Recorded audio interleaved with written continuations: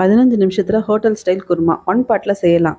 சப்பாத்தி தோசைன்னு எல்லாத்துக்கூடயும் செமையாக இருக்கும். இது செய்ய 15 பல் தேங்காய், 3லேருந்து 5 சின்ன வெங்காயம், 5 முந்திரி, 1/4 ஸ்பூன் சோம்பு, 1/4 ஸ்பூன் கசகசா, சின்ன துண்டு லவங்கப்பட்டை, 2 கிராம்பு.